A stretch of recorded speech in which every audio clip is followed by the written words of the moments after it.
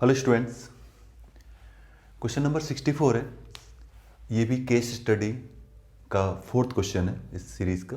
The S P selling price of pen drive is given by equation x equal to 600 minus P upon 8 where p is price per unit, x is number of unit produced, if total cost of pen drive is c equal to x square plus 78x plus 2500 and revenue R equal to P into X, where P is the price per unit, X is the number of units. Then first find the value of P in terms of X.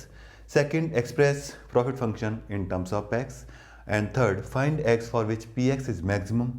And और part है third का, find intervals in which PX is increasing. ठीक है, तो इसे हम लोग कैसे करेंगे? पहले मैं फर्स्ट पार्ट का आंसर देता हूँ। P in terms of x, तो मेरे पास क्या है, x इक्वल टू कितना दिया हुआ है 600 माइनस पी अपॉन 8, राइट। तो मुझे p निकालना है, तो 8x equal to 600 minus P, right.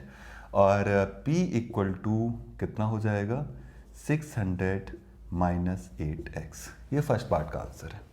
Clear. फिर वो कह रहा है express profit function in terms of X. Profit function मतलब होता है आर माइनस सी एक्स। तो मेरे पास सेकंड पार्ट है profit function which equal to R minus C. ठीक है। अच्छा, अब आर कितना है मेरे पास आर है पी एक्स, तो पी इंटू एक्स। ठीक है, तो सॉरी p इंटू एक्स, तो p मेरे पास कितना है 600 माइनस 8x, ठीक है, इंटू एक्स। मेरे पास ये हो गया। और c कितना दिया हुआ है x square plus 78x and plus 2500। मैं इसे हटा देता हूं।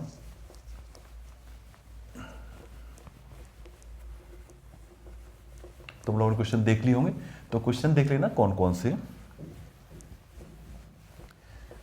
फर्स्ट पार्ट का आंसर हो चुका है, सेकंड का है plus 2500।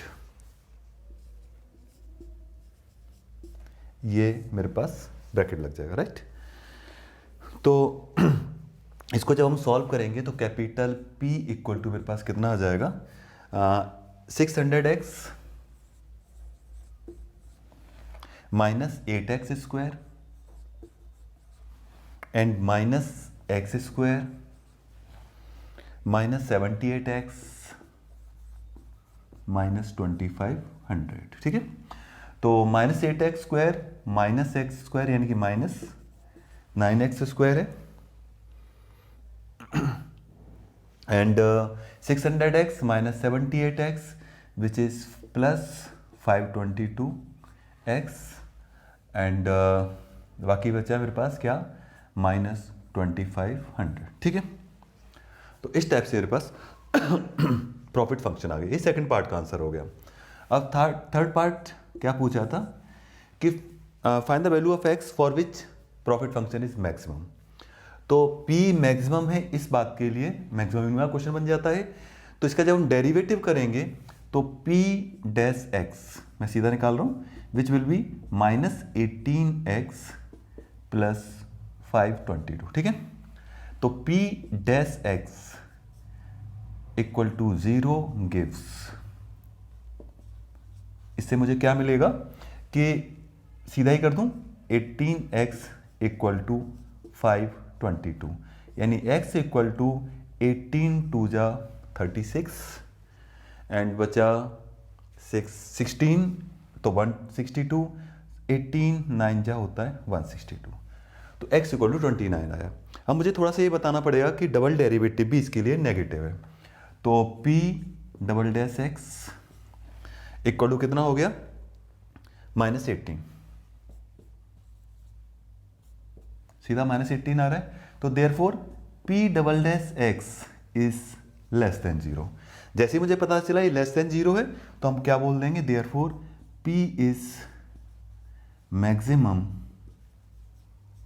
at x equal to 29। Clear? ये तुम्हारा सेकंड पार्ट का आंसर हो गया। अब बात करते हैं थर्ड पार्ट की। तो थर्ड पार्ट में क्या बोला है उसने कि find the interval, find the value of, sorry, find the intervals in which, sorry ये थर्ड पार्ट भी हो चुका है, थर्ड पार्ट का और पार्ट है अब। तो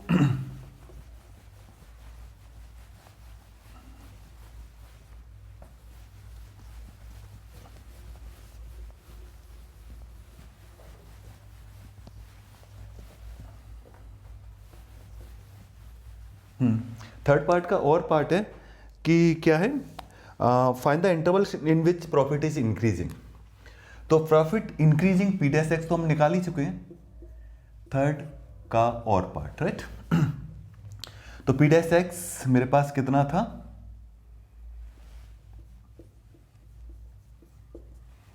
-18x + 522।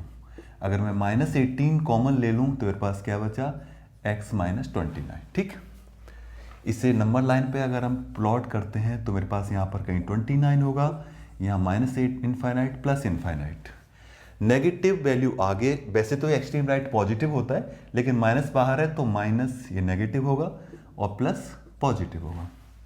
तो प्रॉफिट फंक्शन इंक्रीजिंग कब होगा, जब वो 29 से कम यूनिट्स बनाएगा। ठीक है, तो सीधा हम बोल देते हैं कि ये मेरे पास पॉजिटिव है, तो P dash x is greater than 0 for x is less than 9। Clear? तो ये था इस क्वेश्चन का आंसर। Thanks for watching.